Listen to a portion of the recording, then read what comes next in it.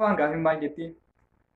Mohammad Gadaa Qaalluu Eda'uu Waaqoo guutuu Jawaar Muhammad gaafii lammaffaa Elemoo Qilxuu jaarraa abbaa gadaa ni tahaa jedhe. Jaalamaarroo gaafii sadaffaa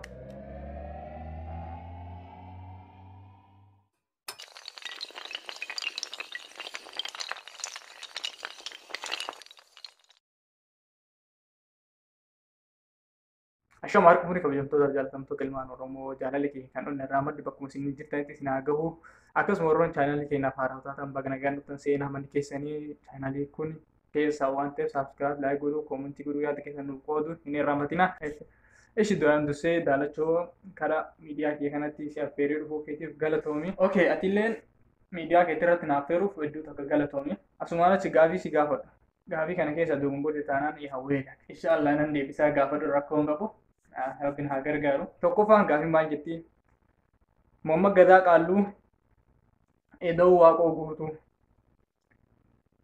Jawaar Muhammad gaafii lammaffaa Elemoo Qilxuu jaarraa abbaa gadaa ni tahaa jedhe.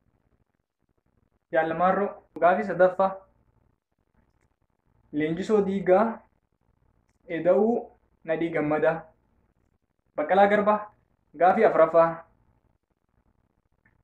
Aliyyi Cirrii Eda'uu Taaddasaa Birruu Abdii Raggaasaa gaafii shanaffaa Bakar Waaree Eda'uu Haji Adam Saaddoo Hamza Boorana gaafii jahaffaa Eebbisa Addunyaa Eda'uu Hacaaluu Hundeessaa Ittiqaa Tafarii gaafii torbaffaa Usmaayyoo Muusaa Eda'uu Mustafaa Harawwee Galaana Gaaromsaa galatoomi gaafii torban si gaafadhe keessaa hunda kee deebisuudhaaf baay'ee akkasii gaafiin keenya isinitti tolee koomentii alatti nu barreessaa. Akkasuma gaafii na waliin gootillee hedduu galatoomi gaafii asirra naaf eeru geetillee malee hedduu galatoomi. Akkasuma gaafiin kun akkasumatti tolee abdiin qabaa haga gaafii biraatiin waliin dachaanutti nagaa keessa naa tura.